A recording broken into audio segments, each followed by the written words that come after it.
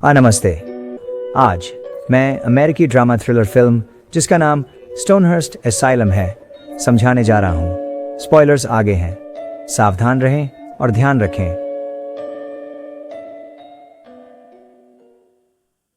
Film की शुरुआत में एक ऑक्सफोर्ड यूनिवर्सिटी के प्रोफेसर अपनी कक्षा के सामने एलिजा ग्रेव्स पर महिला हिस्टीरिया का मामला प्रदर्शित करते हैं।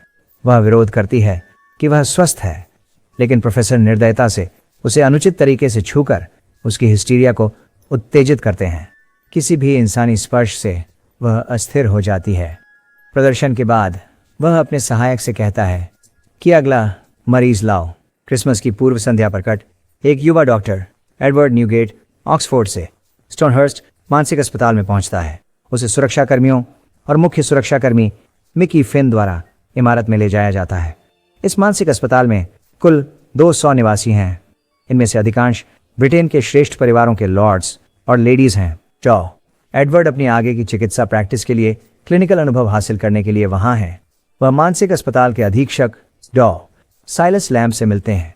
एडवर्ड मानसिक रूप से चुनौतीपूर्ण लोगों के साथ काम करने की अपनी इच्छा से लैम्ब को प्रभावित करता है।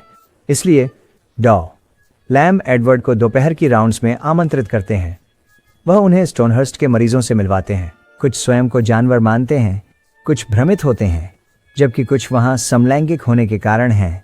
लेकिन एक विशेष मरीज लेडी एलिजा ग्रेव्स, जिस महिला को फिल्म की शुरुआत में दिखाया गया था, एडवर्ड का ध्यान आकर्षित करती है।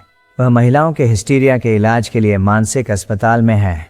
वह एक कुलीन परिवार से हैं और एक बहुत ही अमीर व्यक्ति से विवाहित हैं। दुर्भाग्यवश लेडी एलिजा हिस्टीरिया से पीड़ित हैं। वह सभी शारीरिक संपर्कों पर नकारात्मक प्रतिक्रिया देती हैं। उन्होंने अपने क्रूर पति का कान काट लिया, इसलिए उनके पिता ने उन्हें पागल खाने भेज दिया। डॉक्टर एडवर्ड एलिजा की संगीत कला से प्रभावित हैं। लगता है कि उन्होंने एलिजा को भी प्रभावित किया है। एडवर्ड लैम्ब के अपने मरीजों का इलाज करने के अनोखे तरीके से आश्चर्यचकित है। उनकी समस्याओं को ठीक करने के बजाय उसने उनके हालातों का जश्न मनाया और उन्हें अपनी भ्रांतियों में खुशी से जीने दिया। लैम्ब उस रात के स्टाफ डिनर के लिए एडवर्ड को आमंत्रित करते हैं। कई व्यंजन शिष्टता से डाइनिंग टेबल पर रखे हुए हैं, लेकिन एडवर्ड यह देखकर हैरान है कि रोगी भी उनके साथ टेबल पर शामिल हो रहे हैं। लैम्ब के अनुसार शिष्ट समाज के साथ मेलजोल करना मरीजों के लिए चिकित्सीय होता है। डिनर में सब लोग खुशी खुशी बातें कर रहे होते हैं, जब तक कि एडवर्ड ये नहीं कहते कि मिकी फिन एक मजेदार नाम है। इससे डिनर में तनाव उत्पन्न हो जाता है। हर कोई चुप हो जाता है, लेकिन मिकी फिन जोर जोर से हंसने लगता है। वह फिर एडवर्ड को शराब का गिलास पेश करता है। वह पीने ही वाला है कि टेबल के नीचे से लेडी एलिजा उसे अपने पैरों से मारती है। डॉक्टर शराब गिरा देता है। फिर एलिजा उसे उसकी शर्ट साफ करने के बहाने बाहर ले जाती है और उसे सलाह देती है कि जितनी जल्दी हो सके पागल खाने से भाग जाए। वह इसके लिए कोई कारण नहीं बताती। उस रात एडवर्ड अपने कमरे में भ्रमित होकर जाता है। वह अपने हथियार को तैयार करता है अगर भविष्य में उसे इसकी आवश्यकता हो। एक तेज आवाज एडवर्ड को चौंका देती है। वह आवाज का पीछा करता है और नीचे तहखाने में पहुंचता है। कई लोग जेल में उनकी मदद की भीख मांग रहे हैं। उनकी पहली प्रतिक्रिया यह होती है कि वे अत्यधिक पागल मरीज हैं, लेकिन उनसे बात करने के बाद उन्हें एहसास होता है कि वे वास्तव में उस शरण के कर्मचारी और अधीक्षक हैं। लैम्ब वास्तव में एक मरीज था जिसने विद्रोह का नेतृत्व किया। उसने कर्मचारियों को बंद कर दिया और मरीजों को सब कुछ चलाने दिया, जिसमें फिन भी शामिल था। कैदियों में आश्रय का वास्तविक अधीक्षक बेंजामिन सॉल्ट, 2 नर्सें, एक स्वास्थ्य गाइड और कई अन्य शामिल हैं। उन्हें कुछ नशीली दवाओं के साथ पेय दिया गया और तहखाने में लाया गया। एडवर्ड को महसूस होता है कि अगर लेडी एलिजा ने आज उसे नहीं बचाया होता तो वह भी उनके जैसा ही हो जाता। भयभीत होकर एडवर्ड तेजी से एलिजा को सच बताने के लिए दौड़ता है, लेकिन उसे पहले से ही सब कुछ पता है। वास्तव में वह एक पागल है जिसने डॉक्टर लैम्ब की मदद की थी कर्मचारियों को कैद करने में। अगले दिन लैम्ब अपने दोपहर के राउंड पर एडवर्ड और मिकी फिन को अपने साथ ले जाता है। वे एडवर्ड को एक मानसिक रोगी के कमरे में उसकी पट्टी बदलने के लिए भेजते हैं।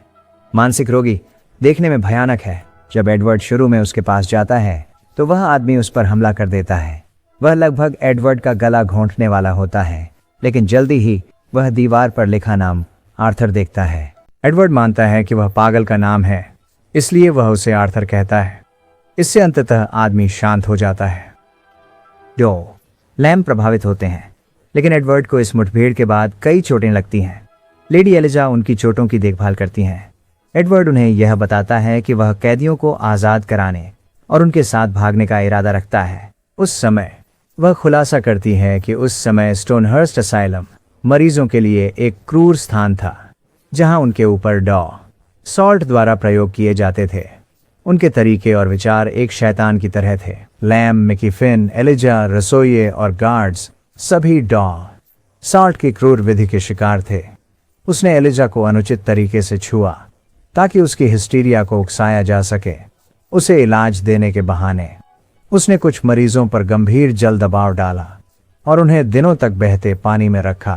डॉ सॉल्ट के अनुसार किसी मरीज का सबसे बड़ा डर उनकी पागलपन का इलाज है, लेकिन उन्हें लाम के सबसे बड़े डर को खोजने में मुश्किल हुई। डॉ सॉल्ट ने लाम पर सभी तरह की डरावनी प्रक्रियाएं की जब वह एक मरीज था। लाम और अन्य मरीजों ने डॉ सॉल्ट से नफरत करना शुरू कर दिया था, तो उन्होंने महीनों तक खुद को यातना से मुक्त करने की योजना बनाई। आखिरकार एक दिन उन्होंने डॉक्टर और स्टाफ के पेय में कुछ मिला दिया और उन्हें कैद कर लिया। लैम्ब ने डॉ सॉल्ट की जगह पागल खाने के प्रमुख के रूप में ले ली और मरीजों को स्वतंत्र रूप से जीने दिया। उसने उनमें से कुछ को चौकीदार, कुछ को रसोइया और कुछ को नर्स के रूप में रखा। उसने सभी को एक उद्देश्य दिया और स्टोनहर्स्ट को एक खुशहाल जगह बना दिया। कहानी सुनने के बाद एडवर्ड्स वादा करती है कि उसे कभी भी फिर से उस तरह से नहीं भुगतना पड़ेगा जैसे उसने भुगता है। निश्चित रूप से एडवर्ड आश्रम में सभी को प्रभावित करता है। एक बूढ़ी महिला ने खाने से इनकार कर दिया था जब तक उसका बेटा युद्ध से नहीं आता। एडवर्ड उसके बेटे का रूप धारण करता है और उसे प्यार से खिलाता है। यह देखकर एलिजा एडवर्ड की ओर अधिक आकर्षित हो जाती है। उसकी दयालुता ने उसे प्रभावित किया है। यह जोड़ी एक दूसरे से प्रेम करने लगती है। एडवर्ड उसे पागलखाने से भाग जाने के लिए मनाने की कोशिश करता है, लेकिन एलिजा इस विचार को लेकर संदेह में है। अधिक समय नहीं गुजरता कि एडवर्ड को डॉ लैम्ब द्वारा बुलाया जाता है। डॉ लैम्ब चाहते हैं कि एडवर्ड डॉ सॉल्ट पर एक प्रायोगिक प्रक्रिया में उनकी सहायता करें। वो उसे बिस्तर पर बांध देते हैं। डॉ लैम्ब का दावा है कि डॉ सॉल्ट एक पागल हैं जो खुद को स्टोनहर्स्ट के उचित अधीक्षक मानते हैं और उन्हें एक थेरेपी की जरूरत है। इस थेरेपी को इलेक्ट्रोथेरेपी कहा जाता है। फिर एडवर्ड के सामने डॉ लैम्ब स्विच दबाते हैं, उसे बिजली का झटका देते हैं। वह एडवर्ड से भी वही करने के लिए कहते हैं। इलेक्ट्रोथेरेपी के बाद डॉ सॉल्ट अपनी सारी याददाश्त खो देते हैं। अगला दिन नया साल 1900 है। स्टोनहर्स्ट में सभी जश्न मना रहे हैं और खुश हैं। एडवर्ड आज रात कैदियों को रिहा करने का इरादा रखता है। एक समारोह होता है, सभी नृत्य कर रहे हैं, जबकि डॉ लैम्ब उन्हें देख रहे हैं कहीं और। एडवर्ड जानता है कि डॉक्टर लैम्ब में कुछ अच्छा है, इसलिए वह इसे खोजने के लिए निकल पड़ता है। जब लैम्ब मरीज था तब उसके कमरे में एडवर्ड दीवार के अंदर छुपी एक तस्वीर पाता है और उसे अपने साथ ले लेता है। सभी लोग नए सदी के आगमन का जश्न मनाने के लिए इमारत के बाहर जाते हैं, लेकिन एडवर्ड अंदर ही रहता है ताकि शैंपेन में एक रासायनिक पदार्थ मिलाए जो सभी को बेहोश कर देगा। हालांकि मिकी फिन उसे यह करते हुए पकड़ लेता है। एक तीव्र लड़ाई के बाद एडवर्ड खुद को फिन से मुक्त कर लेता है। जश्न में स्पाइक किया हुआ शैंपेन लाया जाता है और सभी को बांटा जाता है, लेकिन जैसे ही वे इसे पीने वाले होते हैं मिकी फिन उन्हें रोकते हैं और एडवर्ड की हरकत पकड़ में आ जाती है। डॉक्टर लैम्ब उसे एक बोतल से मारते हैं। जब एडवर्ड अपनी आंखें खोलता है तो वह अस्पताल के एक बिस्तर से बंधा होता है और उसे इलेक्ट्रोथेरेपी रूम में ले जाया जा रहा होता है। डॉ एडवर्ड को इलेक्ट्रोक्यूट किया जाने वाला है जैसे डॉ सॉल्ट के साथ हुआ था। तभी एलाइजा कमरे में आती है एडवर्ड की पॉकेट वॉच के साथ। उस पर एलाइजा की तस्वीर है। वह मानती है कि उसके पति ने एडवर्ड को उसे पागल खाने से निकालने के लिए भेजा था। वह उससे पूछती है कि पागल खाने में आने का उसका असली इरादा क्या है। वह प्रकट करता है कि 6 महीने पहले वह एक मेडिकल लेक्चर में था जहां एक डॉक्टर ने एलिजा और उसकी चिकित्सा विकलांगता को दिखाया। उसे उसकी स्थिति देखकर इतनी दया और दुख हुआ कि उसने उसे उस नरक से बचाने की कसम खाई। यही असली कारण था कि एडवर्ड स्टोनहर्स्ट पागल खाने में आया था। जैसे ही उसे ले जाया जा रहा होता है वह एलिजा से उसके पास से भाग जाने के लिए कहता है। असाइलम। जैसे ही डॉ लैम्ब उसे बिजली का झटका देने वाले होते हैं एडवर्ड आखिरी इच्छा की मांग करते हैं। उनकी इच्छा है कि एलिजा ग्रेव्स को उनकी जेब में मौजूद तस्वीर दे दी जाए, लेकिन वास्तव में तस्वीर वह है जो एडवर्ड ने लैम्ब के कमरे में पाई थी। डॉ लैम्ब इसे देखते हैं और चौंक जाते हैं। तस्वीर उनके पागलपन की जड़ है। ये पता चलता है कि डॉ लैम्ब युद्ध में एक वास्तविक डॉक्टर थे। उन्हें अपने सैनिक दोस्तों को दर्द से मुक्त करने के लिए मारना पड़ा। उन्होंने उनमें से प्रत्येक को गोली से मारा और खुद को भी मारने का प्रयास किया, लेकिन उनकी गोलियां खत्म हो गईं। इससे वे समय के साथ पागल हो गए। एडवर्ड ने जो चित्र उन्हें दिखाया था वह लैम्ब के एक सैनिक दोस्त का चित्र था, तो इसने फिर से उसकी पागलपन को उकसाया। डॉक्टर लैम्ब वहां से भाग जाता है। यह देखकर मिकी फिन यह प्रक्रिया स्वयं एडवर्ड पर करने का निर्णय लेता है, लेकिन एलिजा एडवर्ड की मदद के लिए आती है। पूरा पागल खाना उनका झगड़ा खुशी खुशी देखता है। हालांकि फिन उसके ट्रिगर पॉइंट को छूकर उसकी हिस्टीरिया को ट्रिगर करता है, जिससे वह उन्मादी स्थिति में चली जाती है। एडवर्ड उसे शांत करने में सफल होता है। फिर लड़ाई जारी रहती है। मिक्की फिन को आखिरकार बिजली का झटका लगता है और वह जलकर मर जाता है, लेकिन आग चारों ओर फैल जाती है और कमरा जलने लगता है। एलिजा तहखाने से कैदियों को बचाने के लिए दौड़ती है, जबकि एडवर्ड लैम्ब की तलाश में जाता है। वह उसे दालान में पागल और भ्रमित अवस्था में पाता है, इसलिए एडवर्ड उसे बाहर अन्य मरीजों के साथ ले आता है। अब वे सभी सुरक्षित हैं। सब कुछ खत्म हो गया है। एडवर्ड चाहता है कि एलिजा उसके साथ एक नई जगह जाए, लेकिन एलिजा मना कर देती है। वे एक आखिरी विदाई चुंबन करते हैं, जब एडवर्ड एलिजा से कहता है कि वह एक अंतिम राज साझा करना चाहता है। अब कुछ महीने बाद की बात है। स्टोनहर्स्ट फिर से सामान्य हो गया है और पहले से बेहतर है। कुछ समय बाद सही प्रमुख नर्स अब मरीजों की देखभाल कर रही है, जिनमें साल्ट और लैम्ब शामिल हैं।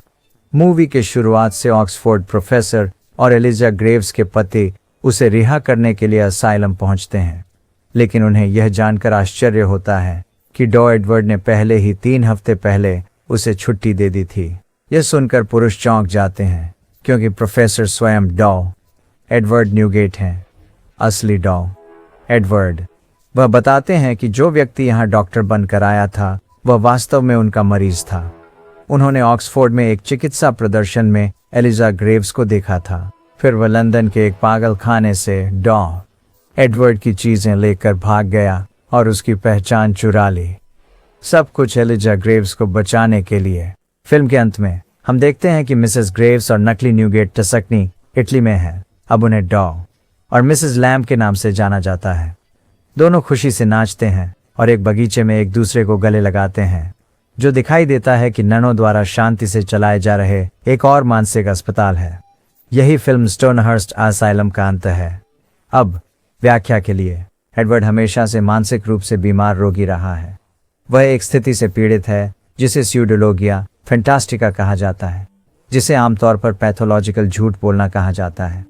यह एक स्थिति है जिसमें व्यक्ति बिना किसी व्यक्तिगत लाभ के लगातार झूठ बोलता है।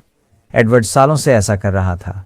हमें उसका असली नाम कभी पता नहीं चलता, लेकिन अपने विकार के बावजूद उसके पास प्रेम और सहानुभूति की अनोखी विशेषताएं हैं। उसके जैसी मानसिक रूप से बीमार लोगों के लिए उसका प्रेम और सहानुभूति उसे उन लोगों की मदद करने में सक्षम बनाते हैं, यहाँ तक कि एलिजा का स्पर्श का डर भी उसके कारण ठीक हो जाता है। इसी कारण से एडवर्ड एक समझदार और सामान्य व्यक्ति की तरह व्यवहार करने में सक्षम है। दर्शक नहीं सोचेंगे कि वह एक पागल व्यक्ति है। एडवर्ड के चरित्र को बहुत मजबूत बनाया गया है। इस फिल्म से दिए जाने वाले संदेशों में से एक ये है कि प्रेम की शक्ति कितनी महान है। यह सबसे बड़े मानव कष्ट, एक उन्मादी आत्मा को भी जीतने में सक्षम है। इस तरह के और वीडियो के लिए सब्सक्राइब करें, चैनल की सहायता के लिए नोटिफिकेशंस चालू करें और लाइक करें।